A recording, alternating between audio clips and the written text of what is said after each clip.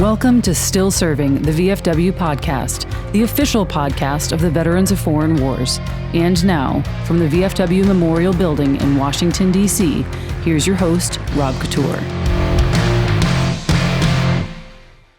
And welcome to Still Serving. I'm your host, Rob Couture. Let's kick it off with roll call. Going over right next to me is the Director for National Legislative Service, Kristina. Keenan.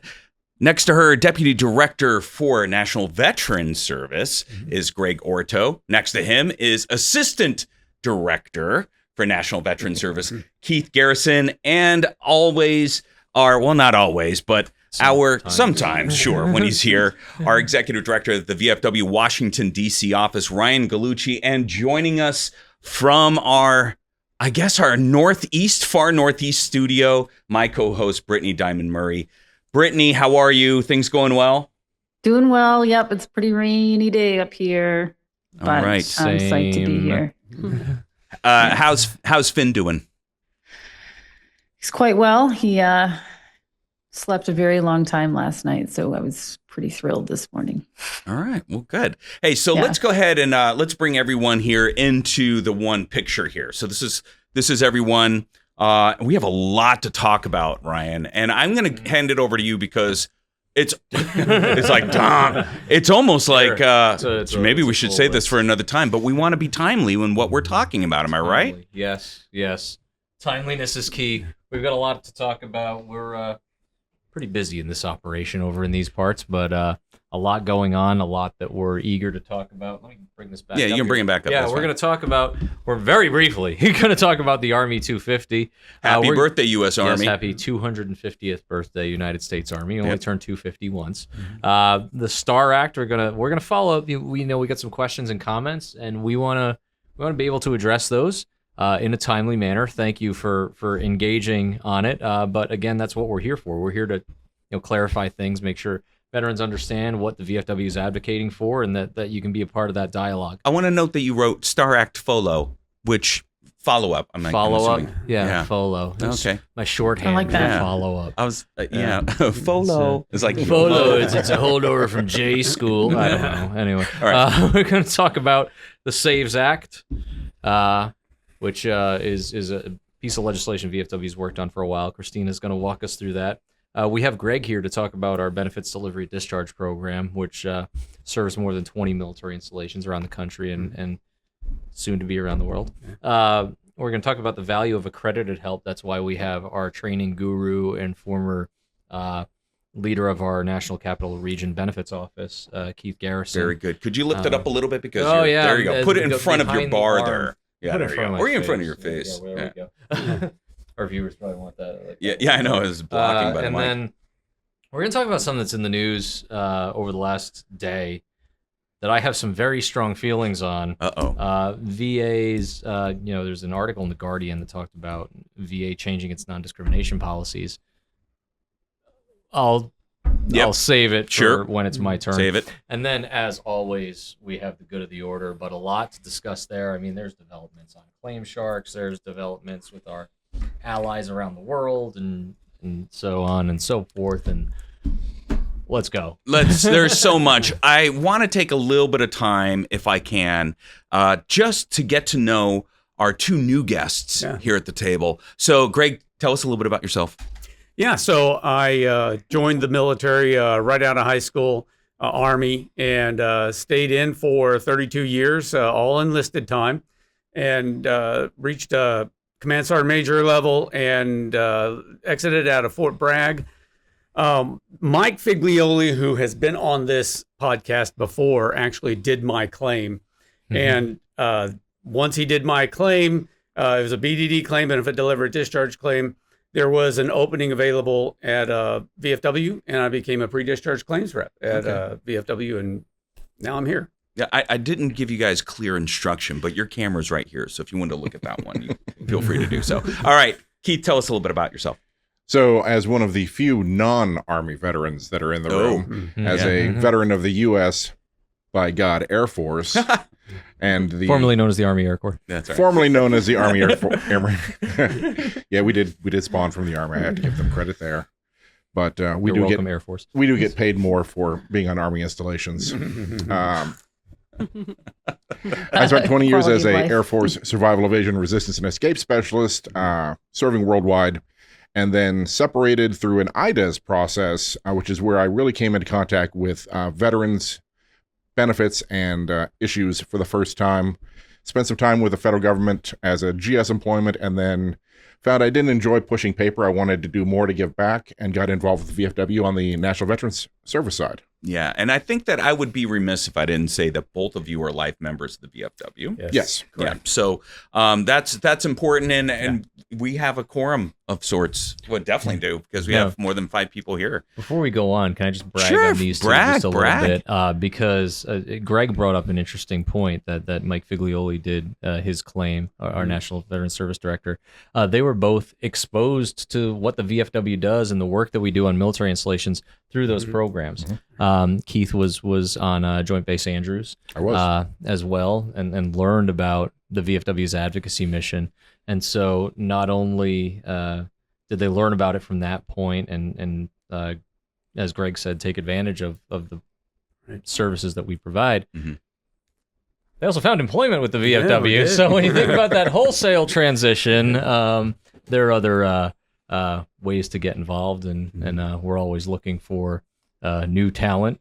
We periodically have vacancies on our military installations, and if you want to work for a good organization that helps people, come check us out. Yeah. Man, so many plugs. We have so many plugs. And that's probably something new I should say to our audience, is that we're going to start plugging a lot more things. When you see some of these shirts that we wear where it's, VFW and with all of our branding and stuff, you can very well get your own VFW shirt, especially if you're a VFW member, by going to the store, vfwstore.org, and you can find all the polos and all the accoutrements that you need to make you a successful, that's it, branded, let's just say that, a branded VFW member. But no, they have all those other things there. Would that make you VFW Couture? That does make me VFW Couture. And like I there. always say, no matter what I wear, I'm always in fashion. So let's go on.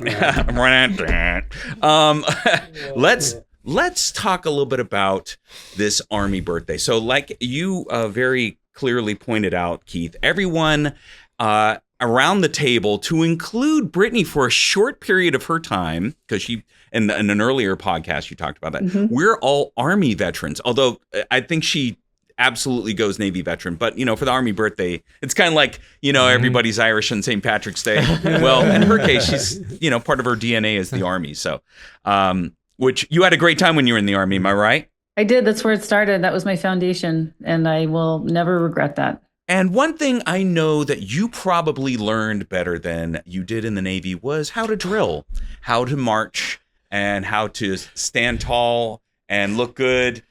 Ought to be in Hollywood, 90 inches all around, Yeah. Maybe. Maybe. That's a maybe. There are comparisons. There are definitely comparisons to be made. There's comparisons to be made. I'm bringing back the full group here because I will tell you, and I don't know about you all, but my NCO, senses were tingling and my eyes started twitching when I saw so many soldiers that were out of step. And that drove me crazy. My wife was sitting right next to me, and I'm sure that she was probably tired of hearing all my commentary. Having to remind me, Rob, it's not your Army So now we have anymore. to hear it? Yes. Well, I figure, who else can I share this with? Because I've been kind of saving this for the podcast. Right. So, Yeah. I mean, look, I think there is something that we do need to address because that's, okay, got it. Everybody will say, well, they have real jobs and, they don't. Okay, this is why we practice, people. Yeah. This is why we do that. But there was some things as far as security goes. Every one of us did not attend. And it's not because we didn't want to celebrate the Army's birthday. Mm-hmm. It's because of, and we were given the invite. It's not like we weren't invited. Mm-hmm. I would have absolutely loved to be there. But like the presidential inauguration, oh my goodness. If you all have never been in DC for one of these things. Oh my. Yeah, It's exactly. It's a whole It's thing. so hard. You are standing for hours and it's hot out and it's miserable. and I'm not in uniform anymore, so I don't have to be there, right? Yeah. But anyway. Watching from the comfort of the tiny screen in my pocket. Absolutely. Now, Ryan, I'm going to go to you because you had some thoughts about this that were a little bit frustrating beyond just the heat and the exhaustion. It really is because, when the events announced and things like that, and then the security cordons started to go up, we're still working here in the city, trying to get around to our meetings and things like that. I had a summit to go to, a pretty good discussion about, thriving after service with a great organization called Zero Mills. It was at Georgetown on Thursday. I had to box around the city because roads are already closed off. They're putting up barricades. They're putting up barricades where you're looking at yourself like, why is there a barricade there? Like, that's the river. I don't know what's coming up that barricade. You have barricades inside of barricades. And even as of yesterday, roads were still shut down. Had an event to go to yesterday. Had, again, to box around the city, go into Virginia back. And I know, like, okay. What I'm talking about here is, these are usually... Time out real quick so people know that maybe they're not listening to this in exactly what time. But when you say it was yesterday, we're talking Monday. June 16th. Yes. As opposed to, because the Saturday, June 14th. There we go. Happy birthday, Army. Happy birthday, Army. But, and Flag Day. And so what really, they start to make these events like hard to attend. The same thing has happened over years, like 4th of July security gets tighter, Veterans Day security gets tighter, Memorial Day security gets tighter. And, inauguration, for example, our building was behind the security cordon. We had to shut down the building for like a week because we literally couldn't get to it. And so when the invites and everything went out for the Army birthday, some of the notes that it said is, please be prepared to be in place for no less than 7 hours. It's like, it's June in Washington, D.C. Now, granted, the weather, I guess it was overcast. It allowed for it. It wasn't too hot. Yeah, I don't remember it raining, actually. But it just was overcast. Your typical June here in Washington, D.C. is 100 whatever degrees and full humidity. It's like, that's a thanks, but no thanks. And so it is a bit frustrating because these events, especially the 250th of the Army, it's supposed to be for Americans to celebrate the Army. I'm going to get my hyperbole hat going here. But you make it hard to participate. You make it hard to want to go. Yeah. And for what? I think to be fair, look, there was an attempt last year on President Trump's life when he was campaigning. And, they're taking all the precautions. But again, I think just it's changed over so many years. I went to the basic non-commissioned officers course. I'm sorry, I take that back. It was this senior non-commissioned officers course at that time. They didn't incorporate the word warrior? Well, no, that was, it was just many iterations there. It was BNOC, ANOC, and then, all these acronyms. But anyway, senior non-commissioned, senior leaders course, that's what it was called. And it was at Fort Meade, Maryland. And this was during the first, was it the first one? I think it was the first Obama, it was the first inauguration for President Obama. And I remember it was a snowstorm. It was like a crazy snowstorm. And I got, when I got close to DC, I got in the 295 and I just shot through. No traffic on the roads, but it wasn't because of roadblocks. It's because just about everybody was at the inauguration, it seems like. And it was freezing cold too. But people weathered that storm, so to speak, to attend the inauguration. And I don't remember there being like any as much security in place as there has been over the last 2-3 big things going on. Yeah, like our building is usually never behind that security cordon. That was unusual because we usually use our building to stage for when our commander in chief is in town and some other things. We've hosted events here before around inauguration. We couldn't do that this time. Yeah. And so just making it hard to participate, I think it drove a lot of people away. Yeah. Which is tragic, I think, because the Army, you only turn 250 once. Yeah. I mean, we'll get another shot with the Marine Corps in the fall, I guess. Yeah. Oh, and the Navy. Yeah. What do you think, Brittany? Yeah. Do you think they're going to be marching the Navy down the street? Who knows? Don't they do that in San Francisco and New York anyway every year? Don't Fleet Week. Isn't there a no? It isn't the Fleet Week. Week. It's Fleet Week. Yeah. That's absolutely right. They have Fleet Week, so and True. every year, twice a year. Yep. So they're always celebrating the Navy, which is And the Marine Corps, they just celebrate every single day. Yeah, every day is the Marine Corps birthday. I don't It's know. true. I want to get other reactions if we can. Let's go around the horn, so to speak. Let's go around the room. Actually, we're going to start off in the nether regions over there in Rhode Island. Brittany, did you watch it all? I didn't. I only watched pieces of it. So no, I did not. Sadly, I plan to. We're still settling in here in Rhode Island. Lots of moving things around. Trying to get basic things done, like having somewhere to hang our clothes. Yeah, and So and I've been pretty busy. and getting ferns to decorate your office. So You know, I'm the asymmetry. I don't know how I feel about it yet. I'm still figuring it out. We'll see. it's So just expect my background to change, over the course of the next. Well, several months. you'll allow for you to have like more photos and things up on the walls, right? Exactly. Yeah, Yes. okay. But I will Let's be go to- watching it in its entirety as soon as I have an opportunity. It will be neat. You'll be keep adding things as the podcast goes. Kristina, thoughts? Yeah, I did watch it. It was interesting to see, folks in period clothes from past wars, so uniforms from previous conflicts, previous wars. So a bit of the historical context was provided. But I mean, I was definitely concerned with the weather. And normally, as Ryan said, it's hot, it's sunny, it's humid, you don't want to be outside. But they were expecting thunderstorms, lightning. So to be out in an open space was concerning for me. And I'm like, even if you go out there, if it starts lightning, like, where do you go? Well, you know what they say in the Army. If it ain't raining, you ain't training. Am I right? I would say I appreciate all the different uniforms that they had. I was disappointed that they left out the War of 1812 because I would have really liked to seen some of those really tall hats that they wore back in those days.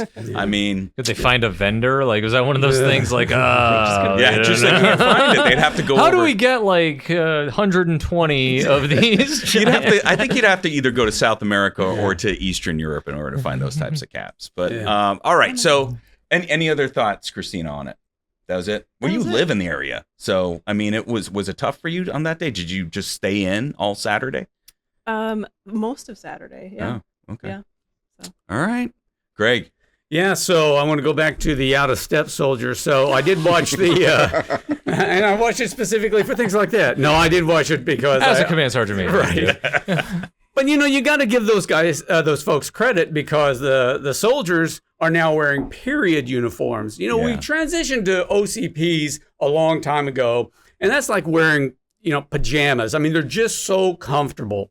And then you go to the period uniforms, and now you got a gig line, you got a tight belt. It is really difficult to have to stay in step with something. That's my excuse for those folks. Well, I tell you what, I don't also know, maybe was those uniforms got a little bit too comfortable. maybe some of them are a little tight too. Also, I will have to say this: that I didn't see a single reflective belt, and I was very disappointed not to see that. I was waiting for They that were in the and middle of a road, aren't they? Where were the road? that guys? and the cone flashlights. Yeah, and the cone flashlights. And the Waiting cone for that. flashlights. Yeah, and they didn't have any digital camouflage. I mean, that was just. I think everybody wants to forget about that era. I guess just like the War of 1812. Keith, Well, as an Air Force guy. as an Air Force guy and the keeper of all the reflective belts and the cone flashlights, because Force we is have them prolific. all. It was a nice show of the Army's capabilities. Yeah, they were all route stepping, but that doesn't mean that they were routed. It was just route step. Yeah. They were trying to be comfortable, and over that long of a duration, I could understand why they might choose to do that. But I think that anyone who has been in the greater District, Maryland, Virginia area for any amount of time knows that when there is an event like that going on, you just stay clear because while the event is going on, you're not going to be able to leave, and then you have 3 to 5 hours of traffic to try and get back to wherever you're going. Yeah. So, happy birthday, Army! Yeah. Glad I went Air Force, but it's beautiful to see them celebrating 250 years. You're very kind, and that's, par for the course when it comes to Air Force. Right. Golf reference for the Air Force. Just want to let you know. We always have Par for goal-oriented the leadership course. functions. Yes. So, Yes, and I think I was also disappointed not to see an airborne shuffle with the 82nd out there. Right. I would have thought that I would have seen that, but That didn't happen. It was so impressive to see the Golden Knights come in front of the that storm. was kind of So, cool, actually. I really like that. Yeah. Yeah. And Ryan, what do you think? You were an Army reservist. I already told you what I think. I know, but as an Army reservist, and Kristina was as well, but as an Army reservist, were you impressed with the marching? Or was that something that you were used to? No. So I served when I was getting close to the end of my enlistment. I did serve as a colors NCO. So I had just a color guard of 5 soldiers that all we did was march. I was very happy with the way that they achieved at our dining out. It was very lovely. But I was a little surprised. Like I was surprised. Let's put it that way. Yeah. But now here, I feel like it's sour grapes sitting around the table being like, back in my old army. Well, that's old kind army, of right. in the BDU days when we polished our boots. That's true. We did polish a lot. There was no polish. There were some polished shoes, but I was thinking like, maybe they should have had jump boots out there. Maybe they should have brought that back. Where were the BDUs? They didn't show BDUs. Yeah, we don't wear them anymore. Right. Well, anyway, we used to wear them. They're still starched in somebody's closet. They are. All right. Standing up on their own. So a lot of things happened over the weekend. Woo, right? But that also included a lot of calls. It's only Tuesday, the 17th of June, and yesterday was like everything kind of just showed up at once. What do we have next on our agenda? Because we need to talk about this. We had Star Act Polo, but we can move things around. We can move your show. No, it's our show. It's just okay. So maybe we should talk about that because leading up into our weekend, we had a few things go on last week, and we should talk about. They do deserve attention. I think that we had an event. We did have our event with Grunt Style. That was was that last week? Was that already last week? Mm-hmm. It was. Oh, it was a week before. Was it a week? Okay. They're all blending together. Oh yeah, they're all all the time is kind of blending blend. together. But we didn't have a podcast to talk about that, so it was like, it was coming up. So, right, Brittany, you're my fact checker here. Yeah. Yeah. Okay. Thank you. So we had that going on. That was a great turnout to be able to do a press conference from there. Following on to the next week, the Saves Act. That was last week. Am I right? Week, yep. Okay. Thank you. Now we're getting them right. Now we're getting me right. And it just, it was a lot going on, but it's a lot of advocacy that we were doing. I think, so for the Grunt Style Foundation, Irreverent Warrior showed up. We did a press conference that was there. We had a round table. Ryan spoke a little bit at the premiere the night before. So there was. Oh yeah, I did. Yeah, you did, right? Yeah. See, there was a lot going on. Yeah. So anyway. Great event, really focusing on the overprescription of medication to veterans, and they need to address this. And it's great. I think that we had Tim Jensen from Grunt Style, who's out with people from the foundation, people from Irreverent Warrior, and they really address a lot of those things with members of Congress and folks, elected officials. So it was really good to have that opportunity. I'm glad that we're signed on. In collaboration with them to be able to address some of these things that we haven't been able to do before. And a quick shout out to the Capitol Police, because one of the things that Grunt Style and Irreverent Warrior wanted to do is they wanted to do a silky hike to the press conference from our building. They're told by the Capitol Police formally, hey, you can't, Congress is in session. So we walked with a purpose over there. But Irreverent Warrior, they did, once we got on the Capitol grounds, they were able to break out the flags, things like that. Capitol Police were really didn't give us any issue with it. We were able to show up to our press conference with Congressman Bergman, who introduced a bill related to alternative therapies for mental health and PTSD.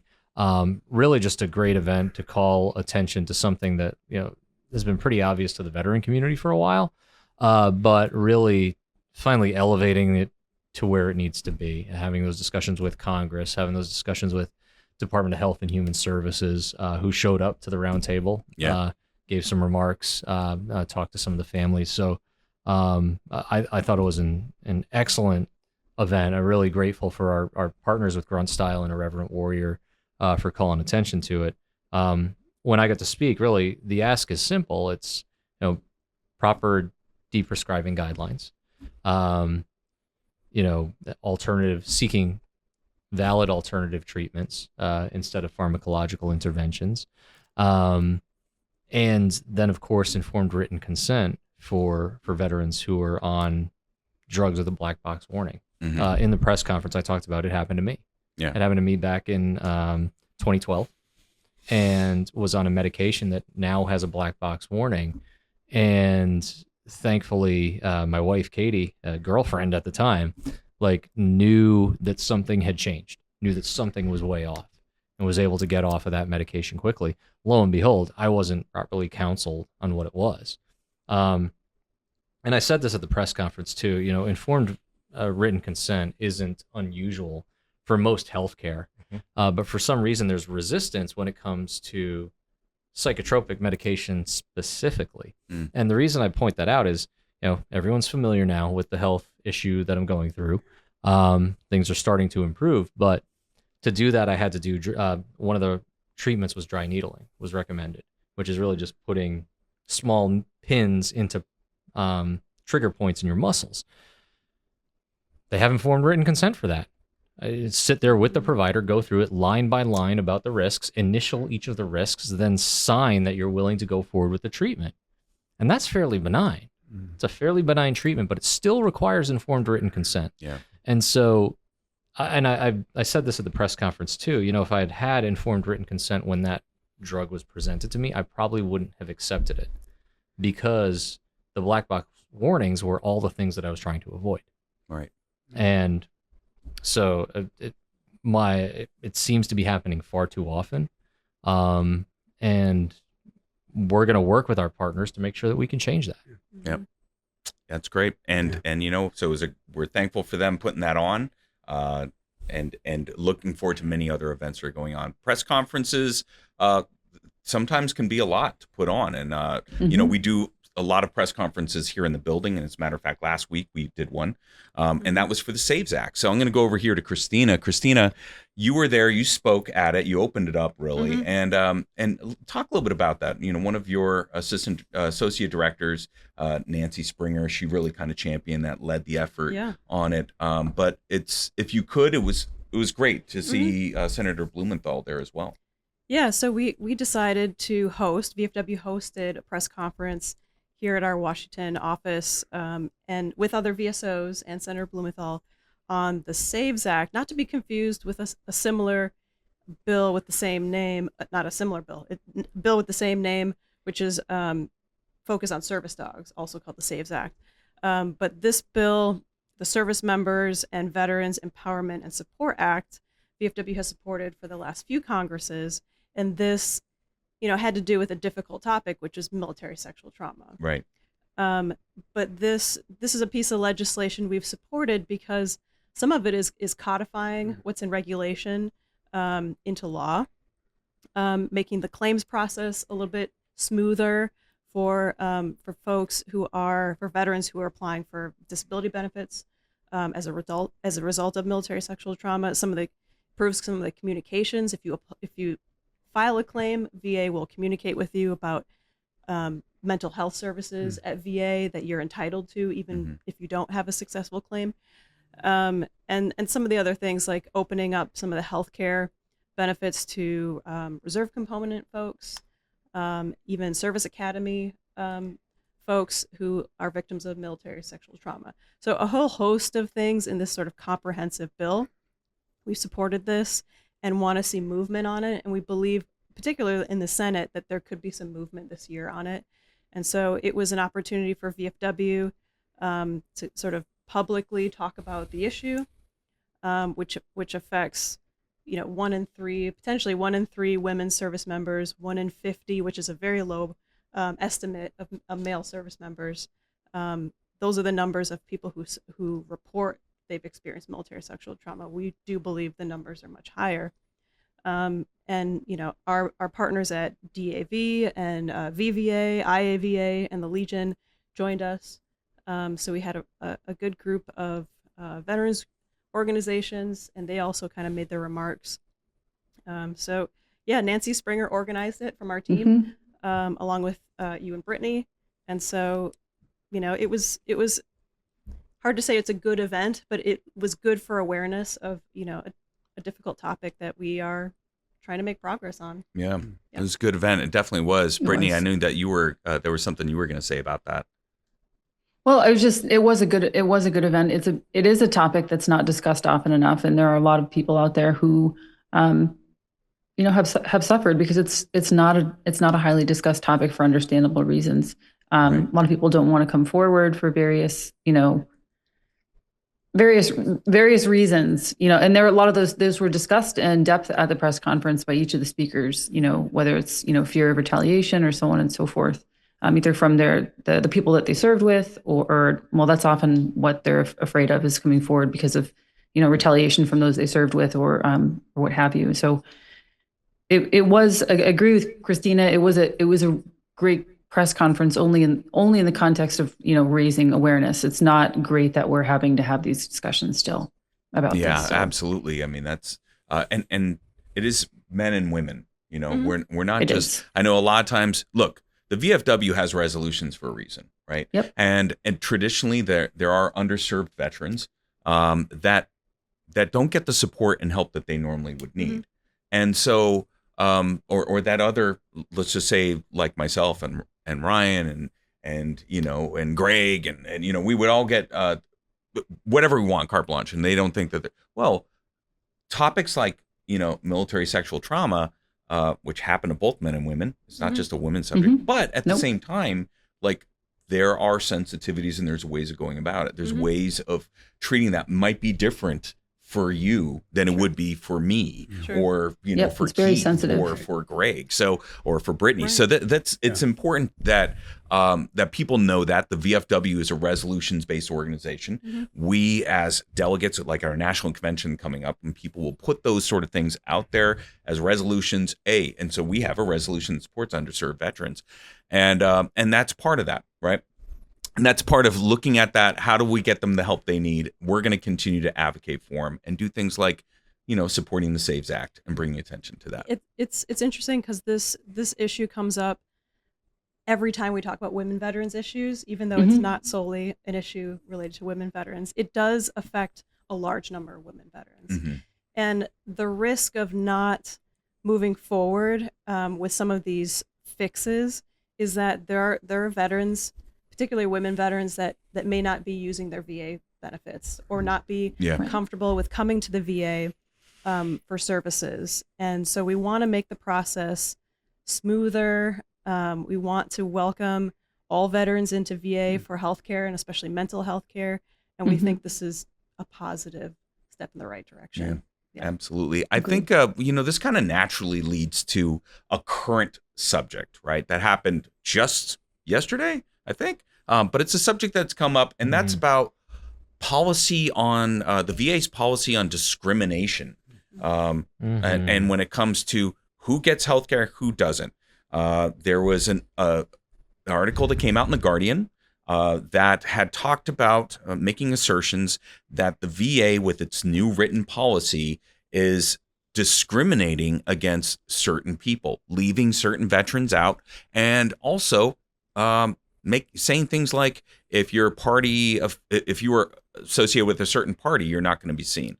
I'm going over to Ryan because he has been just spinning on this one, and I think it's important for him to kind of dispel some of the rumors. This is a tough one to talk about because, look, we talked about this on the last episode of the podcast. The VFW is here to call balls and strikes, and whether it's Doge cuts or MOUs on transition assistance, there's going to be good and bad. In every presidential administration, we call balls and strikes. I forget if I talked about this, but during the Obama administration, there was a botched rollout of the post 9/11 GI Bill. We were very critical of that. Called for emergency checks for student veterans. There was the claims backlog where veterans were waiting more than a year on their disability claims, and then there was the healthcare crisis out of Phoenix, which ultimately led to Secretary Shinseki's resignation, which we called for. So there's praise and criticism toward every administration, but there's one principle that we stand on at the VFW, that we have to back it up. We have to know what we're talking about. We have to read things in detail and understand the context of them. We have a great service officer training program. I'm not just saying that because Keith is here and he's in charge of it, but because it was great before he became the leader of it. We just decided that we needed a SEER instructor to run our service officer training. Occasionally somebody needs to be put in a box in order to make them listen. And we thought, who better than... But one of the pillars of our service officer training is understanding that you can't just read something at face value. You have to understand what it references, the larger context, the words that are being used. And so this is the Guardian article was posted yesterday. When I first read it, it left me scratching my head. I'm like, this seems outrageous. This seems like it's a bit alarmist. And so we did some digging. The internet's great at sharing information and things like that. And I saw in certain circles a copy of the pre-decisional memo of the edit was circulating, and I have that here. I'm going to read from it because it's very important, the words that they use and the way that they're being used as to whether or not this is a major issue. So we were talking about this around the office thinking, this seems overblown. Now, the reporter reached out for comment to just about everybody on staff for our reaction to the story. And the way I was reading, I'm like, this seems really overblown.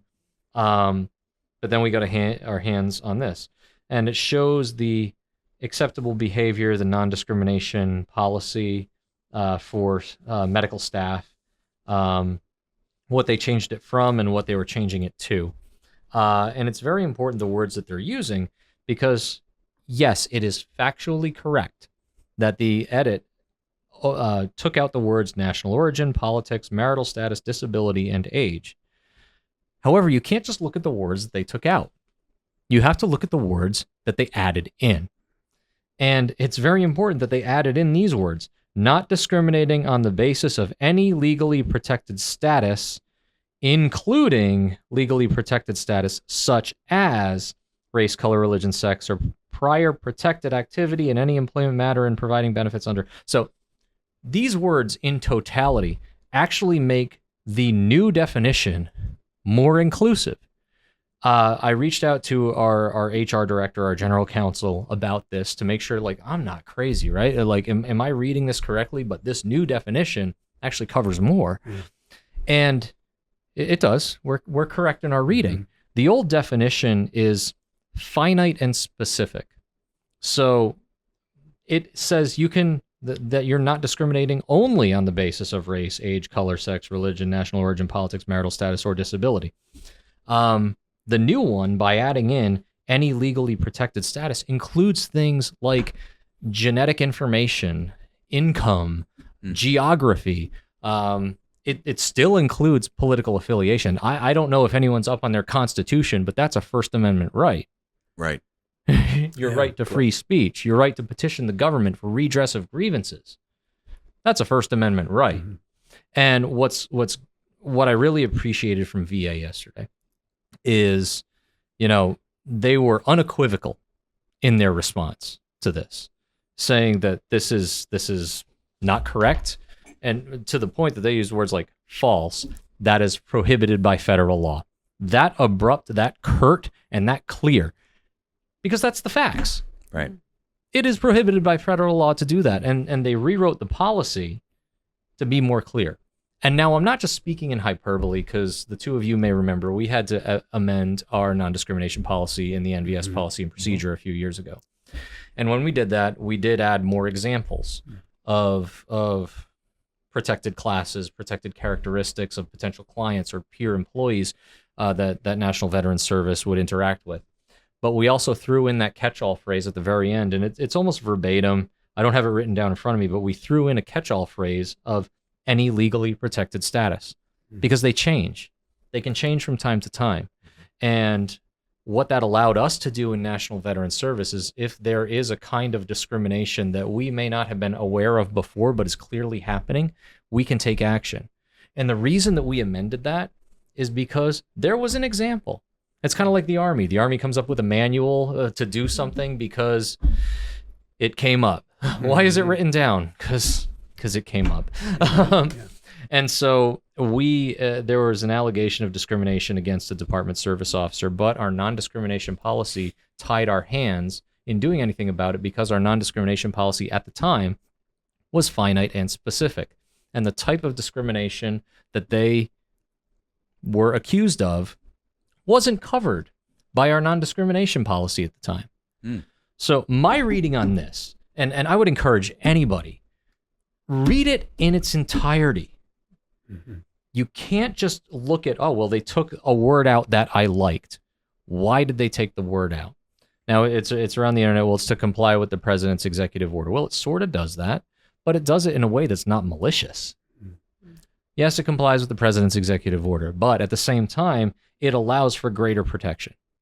Right. Any legally protected status. Right. And then the other one, which is, or any previously. Yes, that one's really related to involvement in unions, which is part of this story too. Like, oh, if you were affiliated with a union, they're prohibiting you from doing that. Well, they put in or prior protected activity in any employment matter. So it's not just covering protected status now. Yeah. It's covering what was also a protected status before. Right. Words mean things. They sure do. Try to read all of them. Right. So to that point, there's a lot of misconceptions about things that go on out there. And we're talking about going back and reading, the original executive order or reading the original bill. Brittany, I'm going to bring you back in on this conversation because just real short, last podcast, we happened to talk about the Richard Starr Act. And we had comments, which was really great that we had comments on the podcast. It's not often that we get that was on YouTube. And so cool. Love the interaction. But there might be some misconception. Am I right? Yeah, and that's why we spoke about it, because there are a lot of misconceptions. We have our own members coming up to us either via email, by the contact us page on VFW.org. They come up to us at conventions, conferences, asking us questions about, like, would the STAR Act help me, for example? And they'll tell us their situation and be like, well, yes or no. And because the bill is very specific and tailored, like I said, there's only about 54,000 people that would be affected by it. And so they're just very briefly, I just want to thank everyone for engaging, number one, because it's awesome. We love to, thank you for participating, and please continue. Whether it's in the comment section on YouTube, or if you go to vfw.org/contact us, and that's hyphenated contact /us. And then you can submit an inquiry if you have specific questions about the STAR Act or any legislation for that matter, or any issue that you have questions about, even about veterans benefits or what have you. So if you have questions, please keep engaging in the comments, or you can get to us directly, like I just illustrated. So this bill is, I realized upon reflection on the last podcast, I realized I don't know that we've even just defined what concurrent receipt is. It just means, it means simultaneous receipt of benefits without an offset. So without any sort of reduction. I don't know if we discussed what that actually means. Well, I think we did talk about it. Did we define that? So I just wanted to talked about the dollar-to-dollar offset. The dollar for dollar. So so there's the concurrent receipt is full receipt of benefits at the same time without a dollar for dollar reduction, which is called an offset. So, and right now the only people who qualify for CRDP, which is concurrent retirement and disability pay, are people who serve 20 years at least and are 50% or more service-connected disabled by the VA. So that is the only group that qualifies for CRDP right now. Just want to put that out there. And when we say full retirement, we're saying that there's no offset. That's all we mean by full, quotes, air quotes, full retirement pay, is that it's not being reduced. That's what we say. That's what we mean when we say that. So I just want to clarify that, what we mean when we say full. And then the other thing I wanted to highlight is that this bill does not illustrate or prescribe how that retirement pay would be calculated. That would be something that would be done later in regulation. So if this bill passes and people are given the choice, because that's what it would do, it would give people the choice to continue receiving their CRSC, as we illustrated at length on the last podcast, or take their retirement pay without an offset. And that retirement pay calculation would be determined on their individual characteristics, whether it's length of service or whatever their disability rating is through DOD or what have you. Again, that would come later. The bill does not prescribe how that would be done. So those are some just quick points that I noticed, because it's a lot of themes that we've seen over the years of questions, and a lot of the commentary was along the same lines of stuff that we've been approached about. So I just wanted to clear the air, if you will, on those. And please, anyone else at the table, you're all subject matter experts in your own rights, so please jump in if you have anything to add, but that's all I had. Yeah, what I wanted to add there is the bill itself. I mean, encourage people watching to take a look at the bill. It's pretty brief, but where you're going to start to get into the weeds is the cross-references to Title 10 and to Title 38, because there's a lot of cross-references in there. But the most important part of this bill is that it basically exempts that Chapter 61 retirement from the parts of 38 USC that are the waiver of retired pay and the bar to duplication of benefits. So that's how right now longevity retirees, it's an exemption in Title 10 that exempts them from those two clauses in Title 38 USC. So this is doing the same thing for Chapter 61 retirees. There's also a discrepancy if you're a Chapter 61 retiree who has served more than 20 years, the Richard Starr Act in Congress right now amends that as well to account for any Chapter 61 retiree, whether you are in excess of 20 years or not. I know there was a question on that, and I just wanted to clarify that as well, that the way that the Richard Starr Act is written in the 119th Congress, it allows for that. So if you were a post-20-year Chapter 61 retiree, you're covered by this as well. The way the code's written right now is very vague, and it's frankly confusing. Like that part right now has a weird calculation for how they would determine a 20-year retiree who's medically retired is still entitled to some concurrent receipt, but it's not. Like the calculation is all over the place. And I think there was a veteran who reached out to us who's kind of fallen victim to that, where their offset isn't being calculated correctly.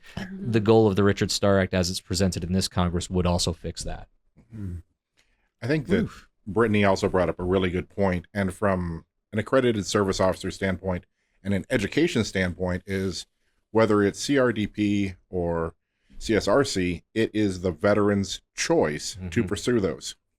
Whether they want to go after combat related or with concurrent receipt, the veteran can make the decision for what is best for them and what may be the better option. So Richard Starr Act gives the availability and the option for them to pursue that to those groups. But it's really the veteran's choice that they need to look at pursuing.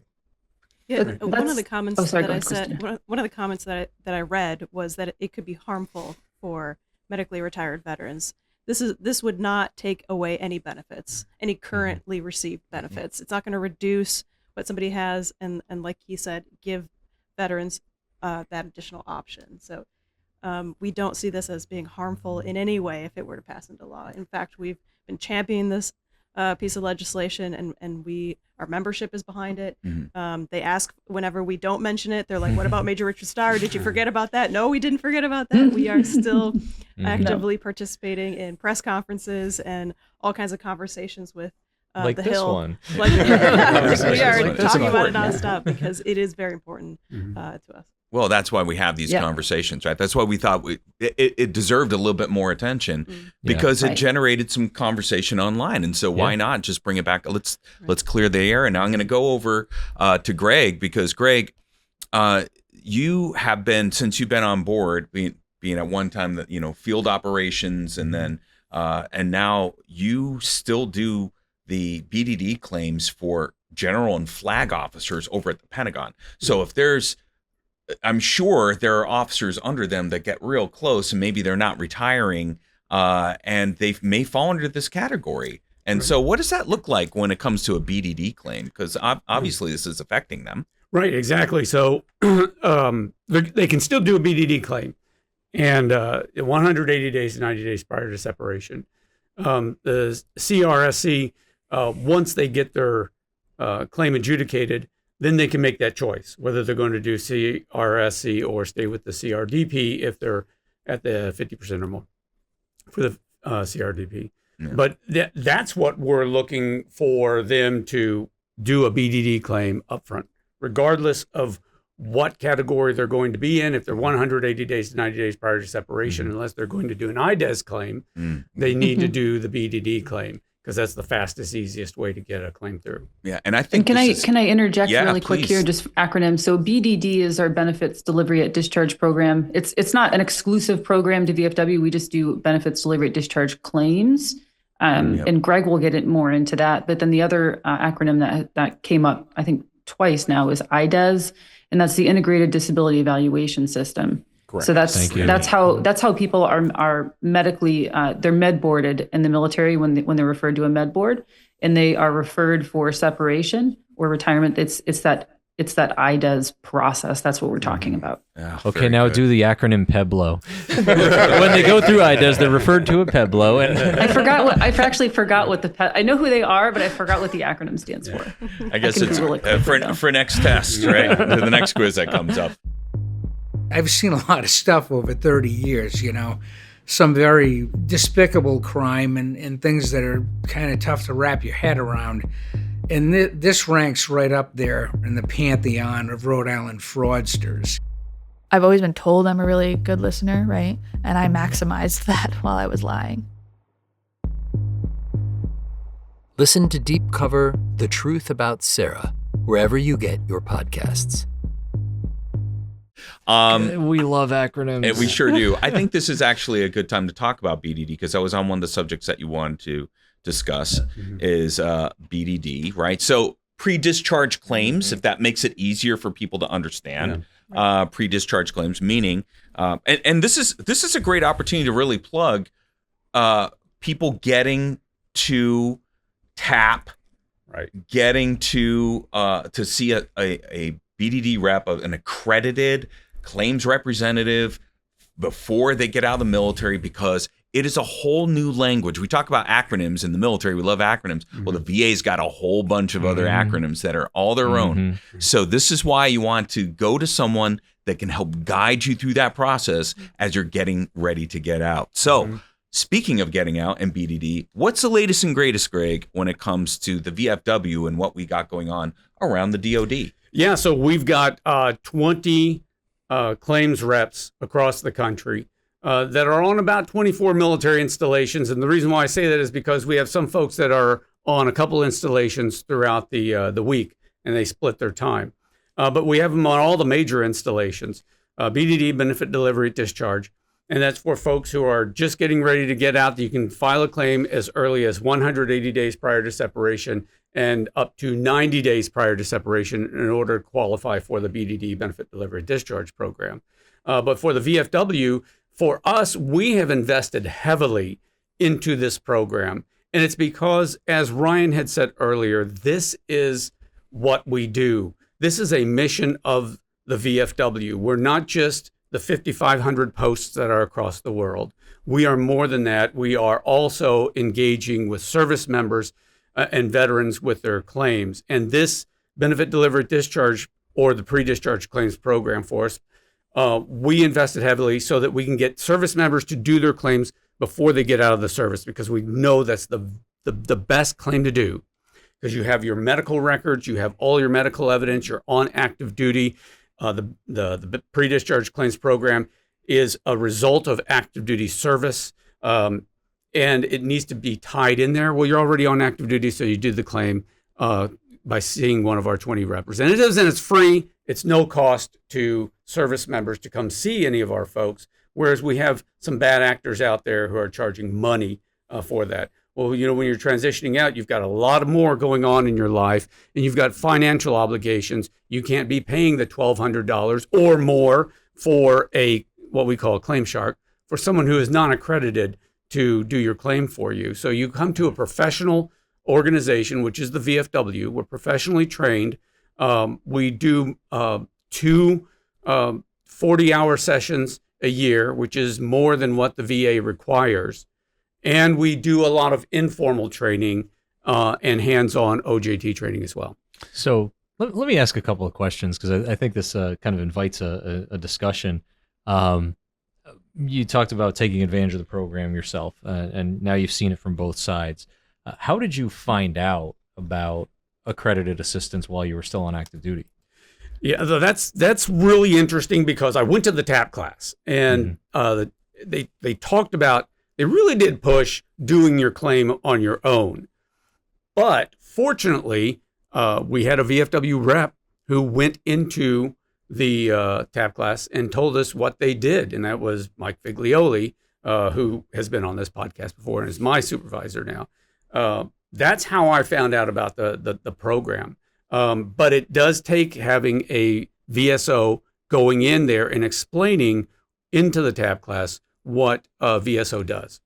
Now, did Master Sergeant Orto know about this, or was it completely off your radar throughout your Army career? That's really interesting, because that's what I get from service members when I assist them with their claim, whether, especially the senior folks, because they don't know about TAP, or they don't know about the BDD program, the claims program, until they are getting ready to get out. So, and it's just so sad that sometimes we will see service members come through TAP 90 days prior to them getting out, and that's way too late to be able to do a pre-discharge claim. You can still do a claim, but that's way too late. But a lot of times we hear it's because they were on some training, their senior leaders would not allow them in. In fact, on the Army side, what we're hearing from TAP managers is only about 35% of the Army actually gets to the TAP class within the first year.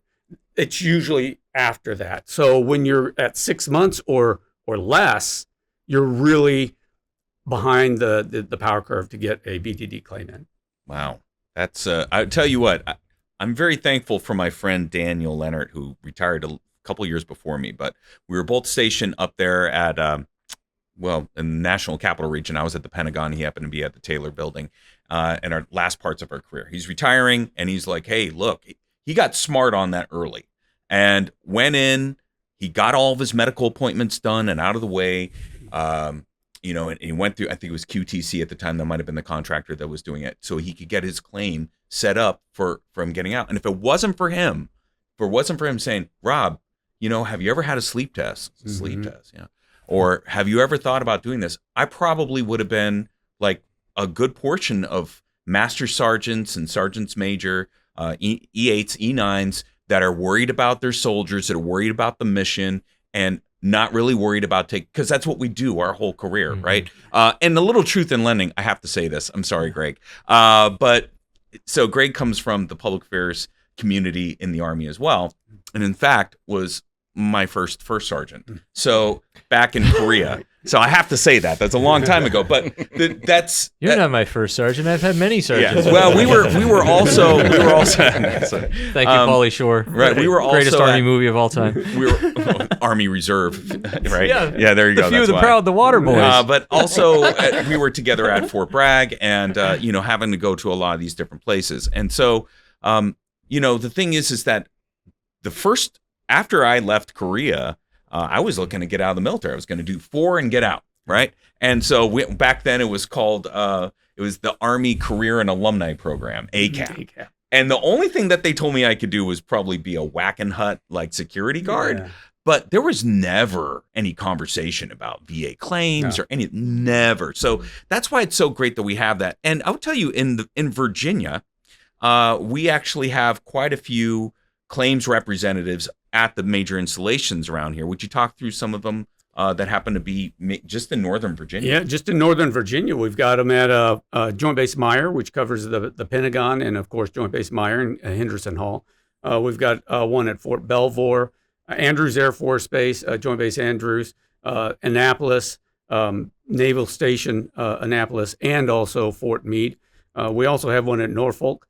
So we, in the Northern Virginia area, we have a lot of folks covered. And Quantico, our guy at the Fort Belvoir covers Quantico as well.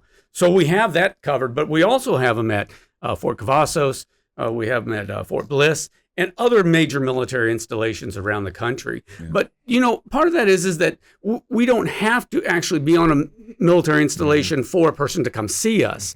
You can go to bdd@vfw.org, which is the corporate email address that I monitor, my associate director and assistant director monitors, and then we will send out that information. If somebody says they need help with a claim, maybe they're somewhere up north and we don't have a claims rep there, and we can do it remotely for them. Yeah, I think that brings up a great point when it comes to doing claims. Outside of just pre-discharge claims, other veterans that may have left the service as well, and let's just say here, let's just go back to it. Here in D.C., the National Capital Region, and Virginia, we have veteran service officers that help service them. You can go in there and visit them if you need to, but that's not always the case. And Keith, you manage quite a team, and they sometimes do claims for people well outside of their area, right? Oh, absolutely. Our National Capital Region Benefits Office is focused primarily on the greater District, Maryland, Virginia area as their primary service area, but we're also covering issues with foreign medical claims. We're working with referrals. Many times we would have somebody who would get on VFW.org, search for a service officer. They'd find the NCRBO number, and I'm now working with somebody in Kansas. We're never going to sit down in the same office, but through technology, phone, transmission of secure documents, so forth, we can help that person without me ever being in the same room with them and get that claim taken care of in a lot of different ways. So we're leveraging technology and the abilities that are out there to handle claims all over, whether they're BDD, post-discharge, whenever. And there is no wrong time to file a claim. Yep. The best time is when you're still on service and you go through pre-discharge. Sure. Right. The next best time is within your first year after service, because that's your golden window of time where anything that crops up in that year could be attributed back to service, and it'll reset your effective date. After that, then the sooner we can get it done, the better.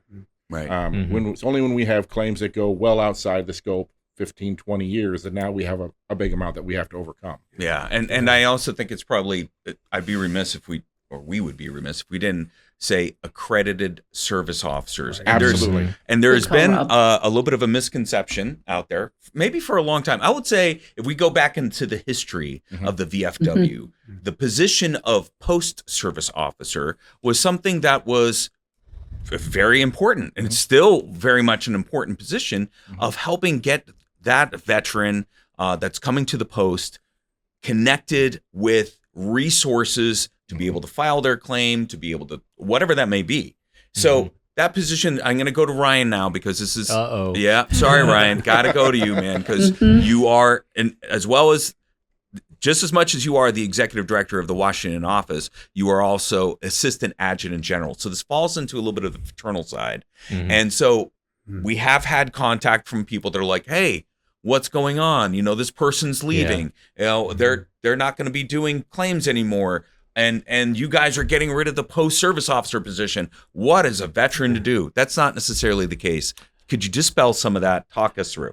Sure, and a lot of stuff to unpack there, but where to begin with it? First of all, you'll hear us a lot of times talking about you need accredited help, and there are reasons that you need accredited help. I mean, first of all, Gregg spoke to the amount of training that we provide to our accredited representatives, and that's critical, and that can be audited by Department of Veterans Affairs as well.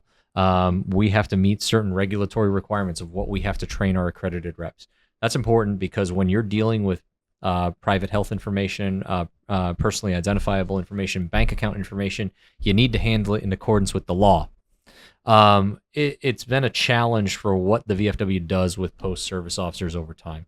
And I don't want to downplay their significance, because they can serve as a critical resource at the post level for how veterans learn about their benefits and where to go for credible information.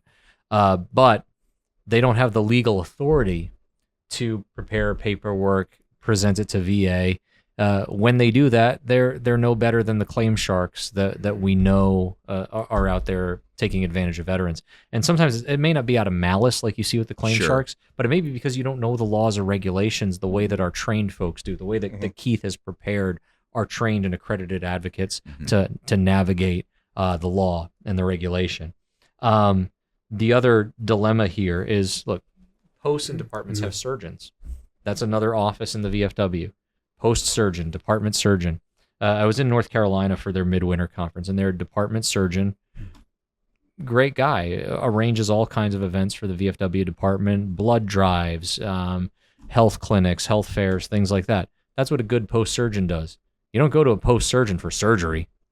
Well, or you shouldn't. I mean, They unless shouldn't they're be. but that's the thing, right? Yeah. So Yeah. it's not Maybe like a handful are actual surgeons. yeah. Let me bring up. I'm going to bring up his picture. What did you say, Brittany? What did I say? I that said again? maybe a handful of post surgeons. Yeah, You know, yeah. across our That's country right. They are not actual performing surgeons. procedures in the name of the VFW. There, Right. you may come across a post May. that has an actual surgeon that is in the position of surgeon, but it's not like they are a VFW surgeon. They're not doing medical procedures out of the canteen. They are, they are accredited by whatever state they are to perform surgery. Now, you may have at a post a VFW post service officer, or at least what it used to be called, and they're an accredited service officer.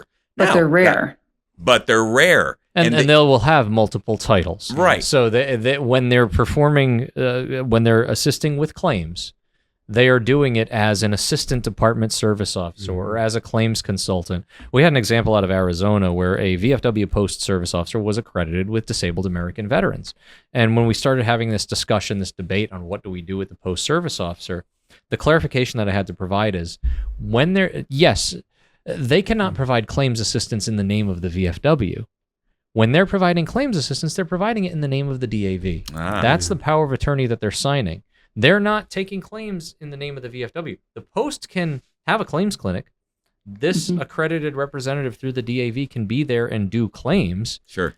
They can't sign a VFW power of attorney. They can't do it in the name of the VFW. They have to adhere to the DAV's policies and procedures, and they will file it under DAV accreditation.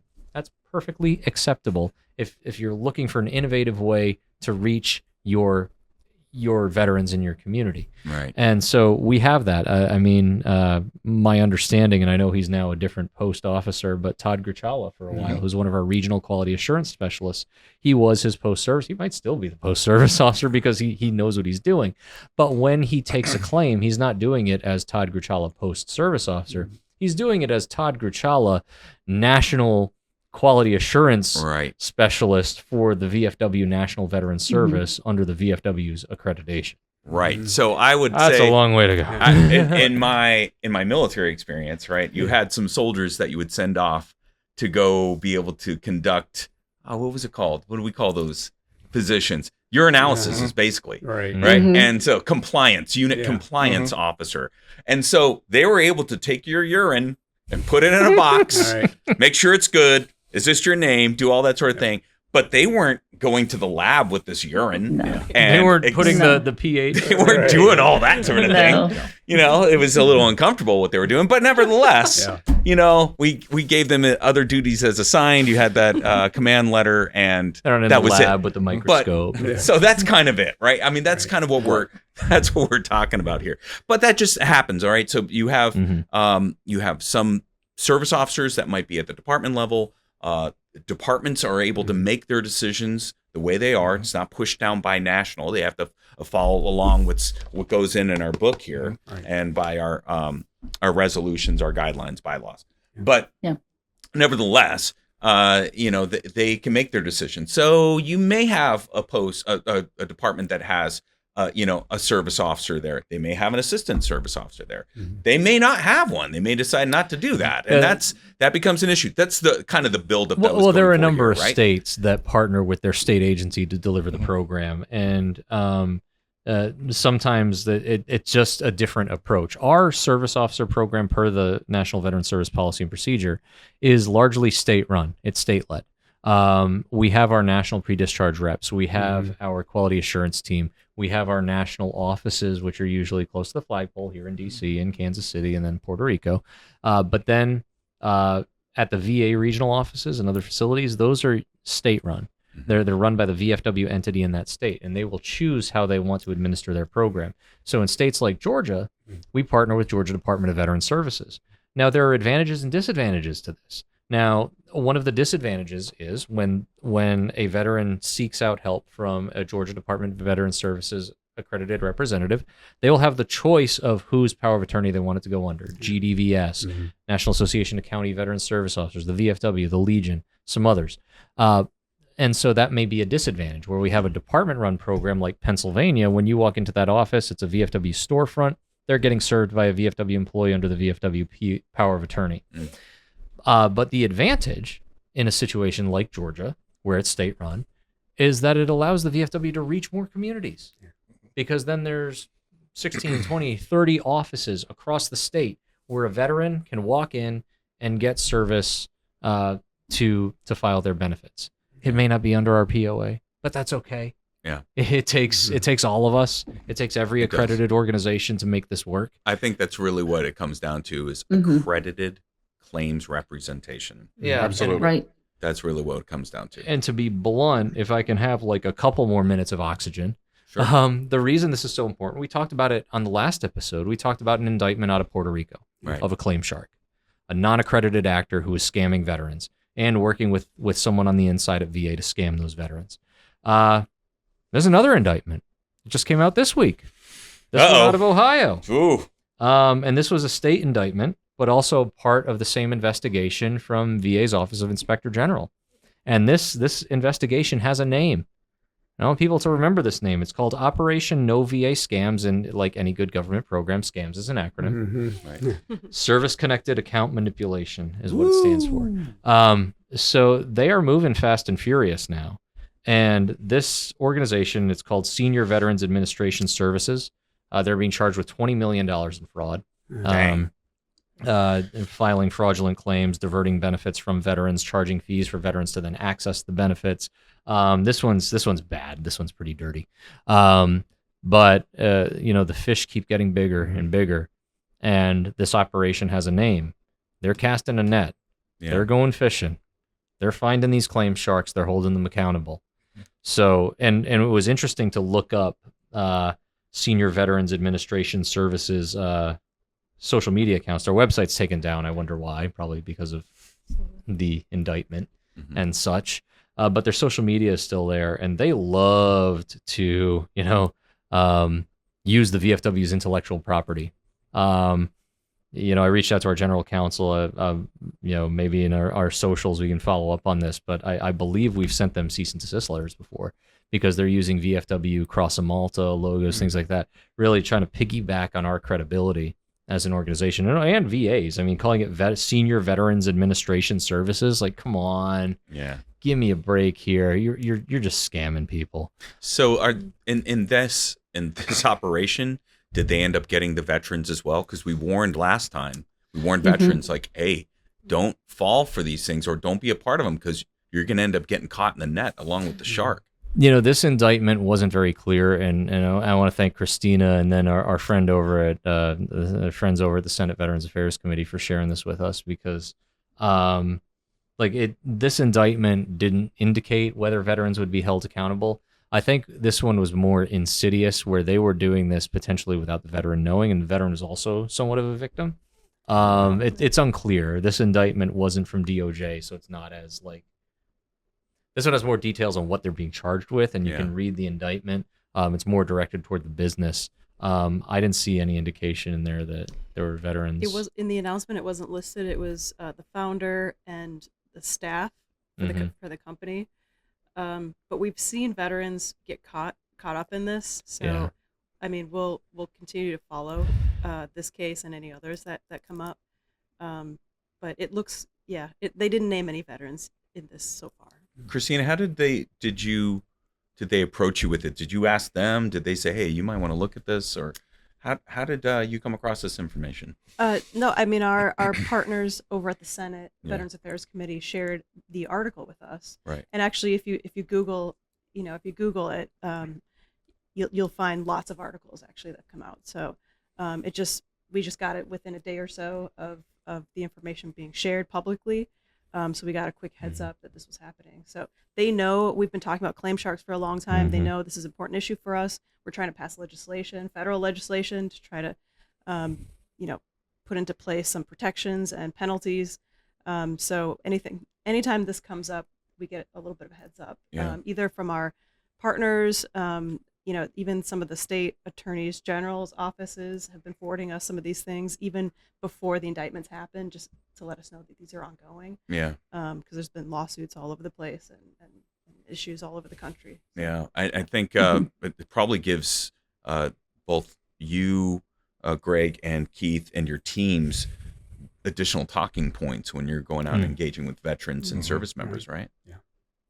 Okay. Well, So this is actually a really good opportunity. That means yes. And Brittany, she had some. Yeah, this is a good opportunity to. I was wondering if maybe Keith, you want to expand on why at this time, why is it at this time and always has it been important for veterans to seek accredited claims assistance? It's very important because, Rob alluded to it, a few minutes ago about essentially there's a giant network of accredited representatives, accredited service officers. We kind of use that term interchangeably. That veterans can turn to get their claims done, and they're absolutely not all VFW service officers. It's a giant network, and so I was wondering, Keith, would you mind expanding on how veterans can find those service officers, whether they're VFW or otherwise? I'm going to channel you for just a moment and clarify terms. Yes, please. We're using please the term VSO in a couple of different ways. Okay. Because a VSO can mean Veteran Service Organization, or it could mean Veteran Service Officer. Yes. That's why we are starting to transition away from using VSO as a generic term for an accredited representative, because there are accredited representatives out there that are not a part of a Veteran Service Organization. Right. They are certified claims agents.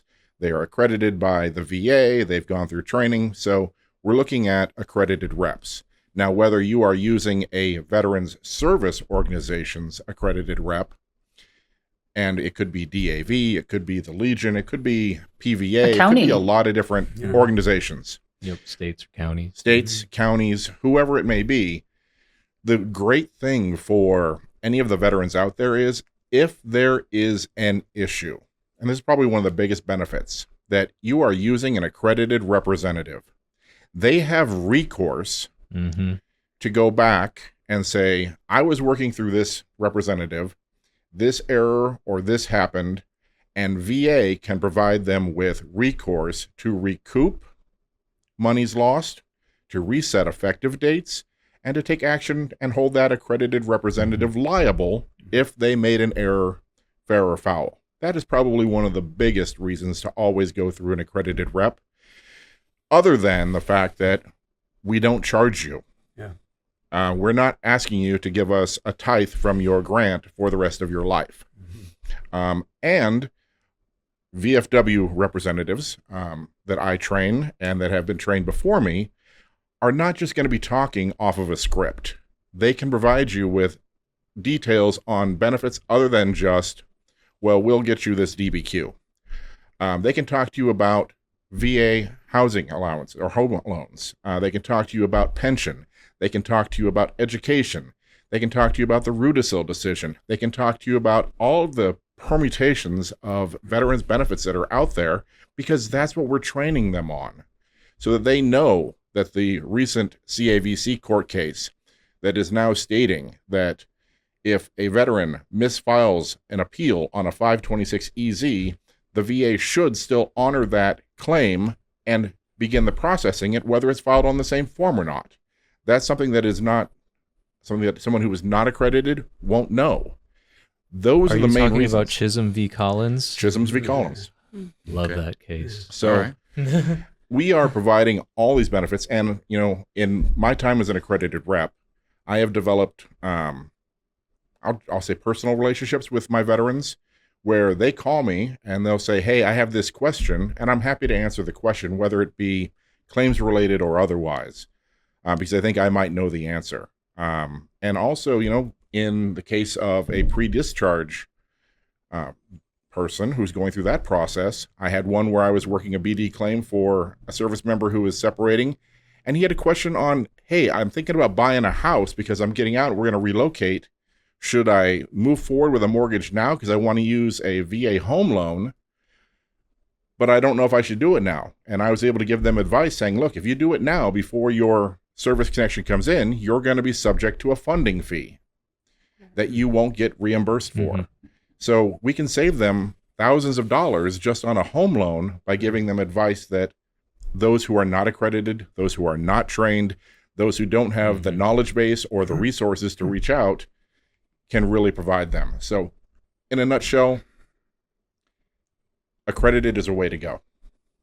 Talk to an accredited rep, whether it be VFW, DAV, whoever, work with an accredited rep. Yeah, and what does an accredited rep do when they're doing your claim for you? You can know that a reputable one is going to be not just asking you what do you want to claim, but they're going to look for that evidence, that medical evidence that Absolutely. You have.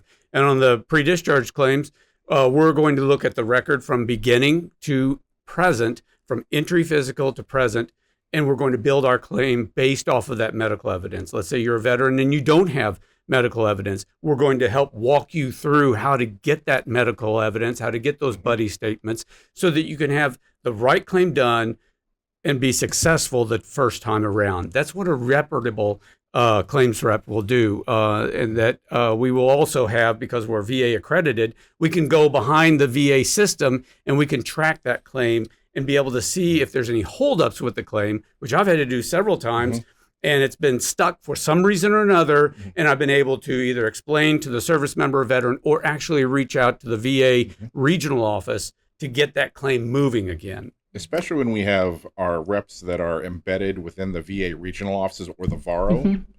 They're right there, and they can walk down the hallway to the Veteran Service Center manager and say, hey, I got a claim for Snuffy that is having a problem, and can you take a look at this for me? Where, we are using technology to leverage things, and VA is using AI to go through and scan claims. Yeah. And the AI is not 100%. It doesn't pick up every condition or disability that's being claimed. I recently had a veteran that had an AI issue, didn't pick up a claim. I was able to reach out to the VSA manager and get that added back in, so it's not going to be a missed claim item. Mm-hmm. But that's something that those who don't have access behind the firewall or the regional office aren't going to be able to do for a veteran. Yeah, so I wanted to bring this up because you had said earlier, we do this free of charge. Yeah. We don't even ask, regardless if they are eligible for the VFW or not, we do that. So I kind of want to ask you this kind of little inside baseball, if you will. Gregg, how do we get these, how do we fund our veteran service officers, our claims representatives, accredited claims representatives around the country, whether it be at a BDD site or it happens to be at at the state level? Mm-hmm. Yeah, so I get that question a lot. What's in it for the VFW? Right. Why are we doing this? When I do a briefing, I get that probably every other time I do a briefing is, okay, what's the gimmick? What's in it for you? Because we know something we're going to have to pay in the end. You don't. I can speak especially for the VFW. So we do this free of charge. We don't care if you're a member or not. We're not asking for donations, and nor should we. And if you do get somebody who asks for membership, donations, or some sort of money, you need to get up and leave, and you need to go see a VFW rep because we're not going to do that for you. So how we are funded through multiple corporate donations. We're funded through, we've got a grant with the Wounded Warrior Project for our BDD program. And we're so thankful that we do have that partnership with the Wounded Warrior Project that we can continue that program. But because we're funded by members and because we're funded by corporate donations and Wounded Warrior Project and folks like that, we don't have to ask for any sort of, and nor we're prohibited from asking for money. Yeah, I think that's probably the big thing is that we're prohibited. We're prohibited. That's right. And now, of course, if you would like to join, or yes, then we're happy to have we will always welcome you among our ranks. That's one of the things that Gregg brought up is we don't require membership in the VFW for us to help you. If you are a veteran and you are eligible for VA benefits, we're going to help you whether you're a member or not. If you qualify, then we'll be happy to help you become a member, but we're not going to push it on you. Well, that's, I tell you what a plug for. Well, Yeah. I want to talk that about we one came more on. because Keith's sitting right next to me. Sure. You know, though I am still accredited, one of the prohibitions when you're accredited is you can't work on your own claim. So, you know, I rely on VFW accredited reps to help me out. And, you know, Keith has been helping me out personally with my claim for the last couple of years. And the important part of this is, you know, sometimes correspondence from VA isn't clear or from its contractors isn't clear. I mean, he's helped me sort out several issues related to routine future exams, just a regular CMP exam for a claim that we filed, but then even dependency issues. And every time that that's happened, it's because of the training and accreditation that Keith has that he actually has the tools to resolve the problem. He can go into VA systems, see where the problem is, and find a resolution. And that's because he's accredited. That's because he's required to go to our training. He's required to go to VA's training on HIPAA and Privacy Act. Yeah. And so that it's helped me personally. So in a public forum, thank you. But also that's the value of it. Like those are things that I couldn't do on my own, even as a veteran navigating inside the system, even with the knowledge that I have. Yeah. You know, one of the things that you brought up last podcast was the VA secretary and the DoD secretary getting together, talking about making it easier. And, you know, people out there may think like, oh, well, that's, you know, signs the death knell, so to speak, for the VFW.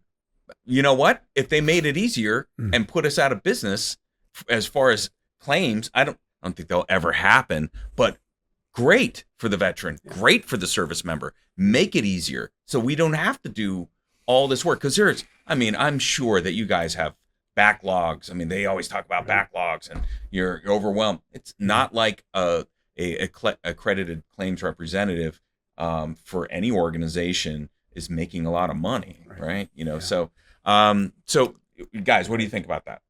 What's your thoughts on that? As far as the backlogs go? Yeah. Well, no, I'm sorry. I should have said as don't far use as the like B word. We don't use the B I know. word. I'm sorry, but what I'm saying is like them coming together, making transition easier for the handoff between the DoD and the VA. Do you think that's a problem, Gregg? The handoff between DoD and VA. Yeah, I think it's a continuing problem that we have. And no, I guess what I'm saying was, in the future, with them being able to better talk to one another, is that a problem for our business model? No, that's what I'm trying to get at. No, when it comes to the handoff, there is so much that is out there. We've already said that, VA speaks a whole nother language. Having worked in other branches of government, they speak a whole nother language. So being able to interpret and guide the veteran, we're going to be employed. There's still going to be veterans who need us. There are those who are very successful on their own, and I applaud them because it can be very Byzantine going through this process and confusing. But I think that if you want to make it easier on yourself, you want to have an easier transition, then definitely working through an accredited rep. Yeah. Even with the crossovers through Genesis and so forth, it's always going to be better to work that way. And I'll give you a practical example there too. I mean, our goal is to always make it easier for this process. And when we testify before Congress, like one of the whole principles of the PACT Act, it's not that there weren't pathways to get service connection for people with certain conditions that developed from burn pits. There were ways. They were complicated. Some of our really good and experienced service officers were able to get there.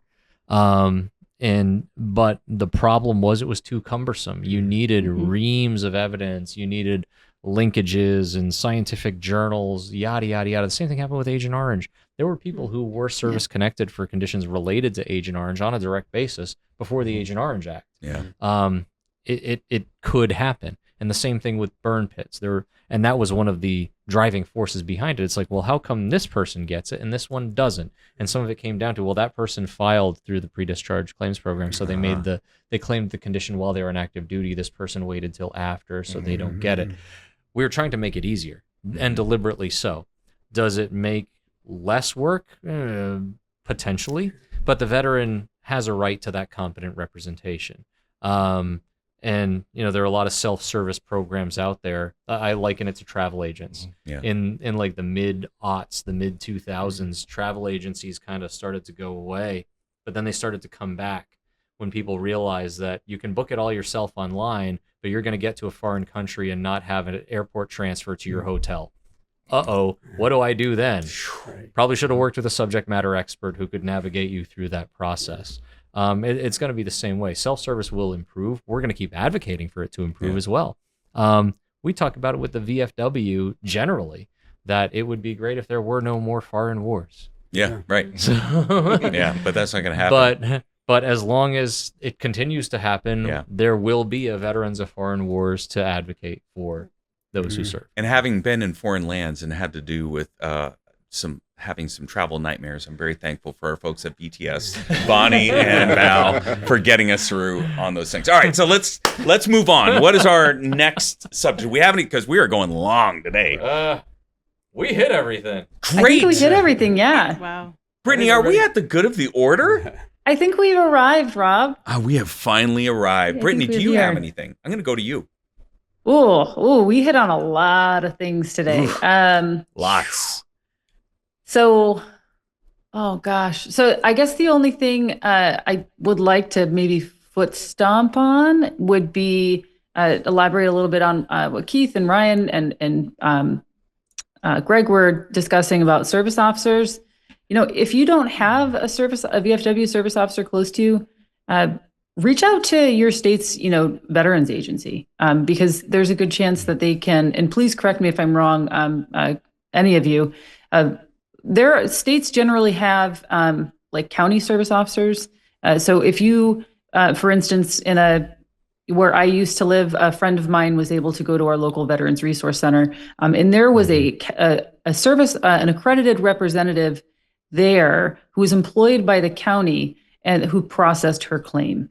And of course they were accredited, and it went smoothly. So if there are no local VFW accredited representatives or DAV or Wounded Warrior Project or any of the others, you can also, states do employ their own accredited representatives as well in counties. So there's a large network out there, and there's even a possibility that they were trained by VFW. So that's my plug. All right, great. Thank you, Brittany. Let's, Kristina, what do you have for the good of the order? Yeah, so we talked a little bit about our partnership with the Grunt Style Foundation earlier, and how we had participated in one of their press conferences. But I also got to spend a little time with Tim Jensen from the Grunt Style Foundation last week. I joined him in Nashville for his podcast, and also on this same topic of overprescribing of medications for veterans suffering from mental health conditions, PTSD. But we were joined by country music star John Rich. And he hosted us in his home in Nashville. Cool. He joined us on the podcast. And so we got to talk a little bit about another difficult subject, veteran suicide, and suggestions that our organization and the Grunt Style Foundation have for ways that VA could try to reduce some of those risks and be proactive in researching alternative treatments for PTSD. So incredible opportunity to spend time with our partners, meet John Rich, who has been contributing to our service officer program at VFW, cares a lot about veterans. It did not serve himself, but it has been very outspoken about the veteran suicide crisis, and has quickly stepped up to try to amplify our message. So that I had a great time in Nashville. Definitely want to go back, and just had a great time with our partners. Well, that's awesome. Yeah. That's great to hear. I'm glad that you did that and you shared that with us. Yeah, no, I mean, really, thank you to Tim Jensen and to John Rich just for the invitation and to be part of that. Great. Yeah. Gregg, what do you have for the good of the order? Yeah, so I was enlisted the entire time that I was in, transitioned out, and transitioning out, one of the things that I'm so glad that I did was that I did go to my TAP program. I went a couple times to TAP so that I get my resume down, and I would suggest and encourage other folks to make sure you go to TAP early and often. check out the Career Skills Program, the DoD Skill Bridge Program. Get involved in that, any internships, so that when you transition out, you'll be able to pay that mortgage, because once you get out of the military, you still have that mortgage to pay. You still have the light bill to pay. You've got to prepare yourself ahead of time, and TAP is a good way to do it. And then also go see your VFW rep, who's going to not charge you and assist you with your claim. And then once you do transition out, make sure you go visit a VFW post, because the VFW post can help get you integrated into your community. Wow. Thank you, Sergeant Major. Roger that. The Medal of Honor is the highest military decoration in the United States. This medal is for the men who went down that day. It's for the families of those who didn't make it.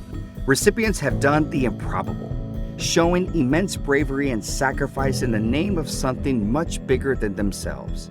On Medal of Honor, Stories of Courage, you'll hear about these heroes and what their stories tell us about the nature of bravery. Listen to Medal of Honor wherever you get your podcast. All right, Keith, what do you got? So Air Force wisdom, being able to access benefits. I am going to do a shameless plug for one of our partners that we are working with, which is My Vets Benefits. They have an app that's available on Android, go Android, or Apple. Not that I'm showing any personal prejudices, but My Vets Benefits, that app is wonderful. They also have a website. You can access referral tools to not only the VFW, but other accredited reps. They have great community-based resources for veterans, and I highly recommend that if you are looking for assistance and you can't get to VFW.org for some reason, My Vets Benefits, it's an app-based system. It's a website-based system. It's a great way to get in contact with a lot of different information. So okay, highly great. recommend. Well, I tell you what, Brittany, we're going to have a lot of links we're going to have to put into the was description of just this thinking thing, about right? Because we're just all over the place with our We links. are. All good information. That's what we're here for. Executive Director, Assistant Adjutant General Ryan Gallucci, extraordinaire. What do you have for the good of the order? Is smartphone operating system a legally protected status? I would have to read. I mean, you're biased No towards discrimination. smartphone Well, operating I'll still help an systems iPhone user. It's okay. Jeez. Okay. I'm just going to make fun of them like the Army. Wow, this is a lot to take in here. For the good of the order. Couple of things, real quick. First of all, I think in the intro I referred to the wrong Saves Act. Did I refer to the wrong Saves Act when I The started this? acronym is SAVES, but it's we're not always. I don't think officially it uses the acronym. So Okay. it's actually written out. Yeah. Service Members and Veterans Empowerment and Support Act. I had to write it down because it's long. Yeah, so you said, I think so I the was Saves talking- Act. because Oh, I'm we sorry. talked I about meant the Saves another- Act. We talked about the other Saves Act in the Action Corps Weekly because it was introduced in the Senate, the companion Correct. bill related to service dog access, which is a totally different topic. Yep. But Both are the SAVES Act. I think this one they're just not using the acronym Oh, for man, it. they there was a time too when VA used the same acronyms at the same time. It Yeah. was Super confusing. yeah, remote remote access. The time when the rollout of the Appeals Modernization Act. Oh, when they were ramping in. Yeah, RAMP. They had RAMP. It was two acronyms. It was Remote Access Management Portal or the. Then it was also dealing with the ramping and going from your legacy claim into Yes. the AMA claims Which process. ramp are we talking Exactly. It's about? kind of like saying go see your VSO's VSO. We need to deconflict. We need a task force to Yeah. deconflict acronyms. But what I was going to talk about for the good of the order is had a great opportunity yesterday. Was invited to the German embassy here in Washington to commemorate their first Veterans Day. And so this is kind of, had an invitation to the German embassy a couple of years ago where we met with their Deputy Secretary of Defense is basically the equivalent. It has a different title, but and they were talking about how they better recognize veterans in Germany, and it's something that they just hadn't done in a while. And so they managed to get it through their legislature, and they celebrated their first Veterans Day. It was a really great discussion. Talking about veterans as civic assets and all the things that we value veterans for here in the United States, that they're able to do the same. especially at a time when they no longer have compulsory military service. And so it was a great discussion, and hopefully the beginning of a larger relationship. The VFW, we have a presence all around the world. Kristina was a post commander in Paris, but we also have posts in Germany, and was able to reach out to our department commander. We're going to make the linkage to his German counterparts and see how the VFW can support. I mean, their cultural attaché was there, and she was talking about storytelling of the linkage of that alliance now between the German and the U.S. military, and the way that we support one another, and the way that we have for quite some time now. So it was a really exciting and motivating discussion. Eager to see what comes of it, eager to connect our comrades who are overseas in Germany, and building that relationship. Yeah, So- it's great. I love that we're kind of, people are coming to us as, hey, what does right look like as far as, a veteran service organization within their own country. We've had other in the past. We had relationships with some of those folks, some of the Five Eyes nations, some other NATO nations. So it's really great to be able to collaborate with them, talk with them, and share those shared experiences. A lot of veterans, no matter if you're a U.S. veteran or not, or a partner nation, that you experience the same thing. And they just have different programs in other countries. I mean, we're I talked about it in a past podcast, but we are tremendously blessed in the United States with the amount of care and benefits and compensation that we get after our service. You go to other countries, they don't get anything, So to be able to talk, share what we do in the United States with these other countries, and talk about that, our earned benefits. I think that's great. So I have something that I want to talk about, and that is, and this is the good of the order, it's really a plug for our next podcast. So our next podcast, we're going to have some special guests that were part of a additional podcast. Okay, so I don't know if you guys are, I know, podcast on podcast, right? I was reached out to by some folks. It's called Pushkin. They're a company that makes other podcasts, and they got their own streaming services, but they're on all the podcast platforms. And they reached out, and we were talking amongst, hey, well, we could share one another. And they showed me this podcast that they produce, and it's called Deep Cover: The Truth About Sarah.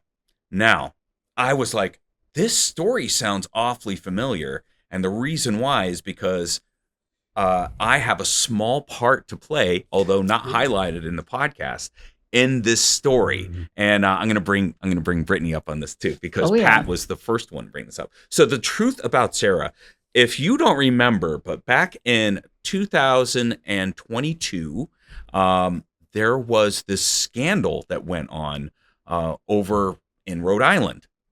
Just so happens to be Pat Murray, right in the backyard, and Brittany Murray, their post, yes, right? That's our post. So exactly.